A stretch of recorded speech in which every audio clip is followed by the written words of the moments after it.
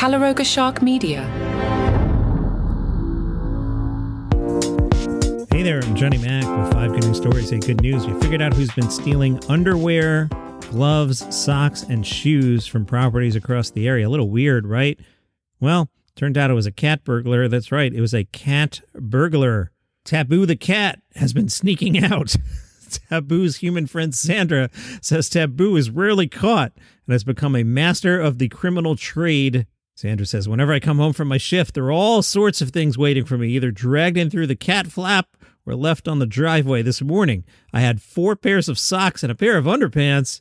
She loves bringing back items of clothing like that. We've also had a mop head and kitchen rolls. We even had a half dozen eggs once, still in their box, but all broken. We think she must have taken them off someone's doorstep when the milkman dropped them off. Neighbors have joked that they changed the locks of their houses, but Sandra believes Taboo the cat steals clothes from people's washing lines and sneaks into their houses if their doors are left open. Taboo the cat's only been caught once when a neighbor spotted her trying to take a t-shirt from his clothes dryer in the kitchen. Sandra says if she brings back a sock, she'll always go back and get the matching one so there's a pair. Well, that's good. At least, if you get your sock back, you get them both back.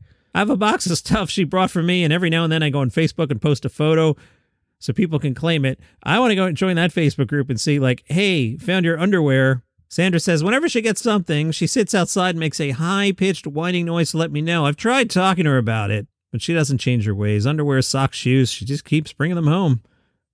I can't tell you how many pairs of gardening gloves she's brought me. I've never heard of a cat doing anything like this before, and she shows no signs of stopping. Nice job by some fire departments in Colorado. They put out the annual Fire Rescue Dogs calendar. It features 18 male firefighters who, pose nicely alongside adorable puppies. In the past 10 years of making the calendar, it's raised nearly $1 million, $950,000, and they're hoping to top $1 million this year. All money raised benefits Lifeline Puppy Rescue, a no-kill shelter based in the Rocky Mountain region. Proceeds will pay for essential procedures like spaying and neutering, microchipping, and more. The firefighters also use the image on social media as reminders for pet safety tips. All right, you got a Guinness World Record for us today, John? Of course I do. There's so many of these. I don't even go looking for them. They fall into my lap. A quartet of bowlers in Kentucky set a new record. They rolled 2,032 strikes in 24 hours. Nice job by Steve, Trace, Kyle, and Eric. They were down at lane 1, down at Kingpin. This was a new record, and to inaugurate the record, they needed a minimum 1,200 strikes. I don't know who decides such things. They crushed that 14 hours in. They kept going and wound up with 2,032. 2 restaurants in North Carolina are having a full-blown sign war with dozens of businesses chiming in. All right, how did this start? Ione's Bar and Grill left a message saying, "Happy birthday, Jeff," on its marquee for nearly a month. Dank Burrito is an establishment nearby. They made their sign read, "Ione's, quit being lazy. Change your sign." Ione's changed their sign to, "Dank, we're not lazy. We're just busier than you."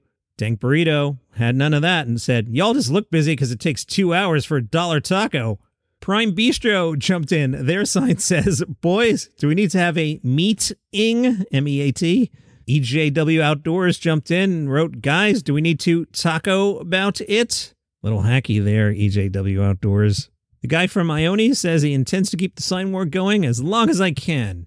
Meanwhile, a Royal National Lifeboat crew in England responded to reports of a stranded person in the water.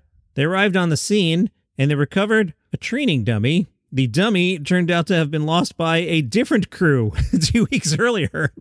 That's embarrassing. The other crew thanked the rescue crew for finding their dummy named Fred. In a Facebook post, they said, "So Fred had an unauthorized holiday." And those are your 5 good news stories for today. If you enjoy the program, tell a friend about it. Or, if you got a restaurant, put it up on the sign. Have your sign say, "Listen to 5 good news stories." I'd appreciate it. See you next time. Have a great day.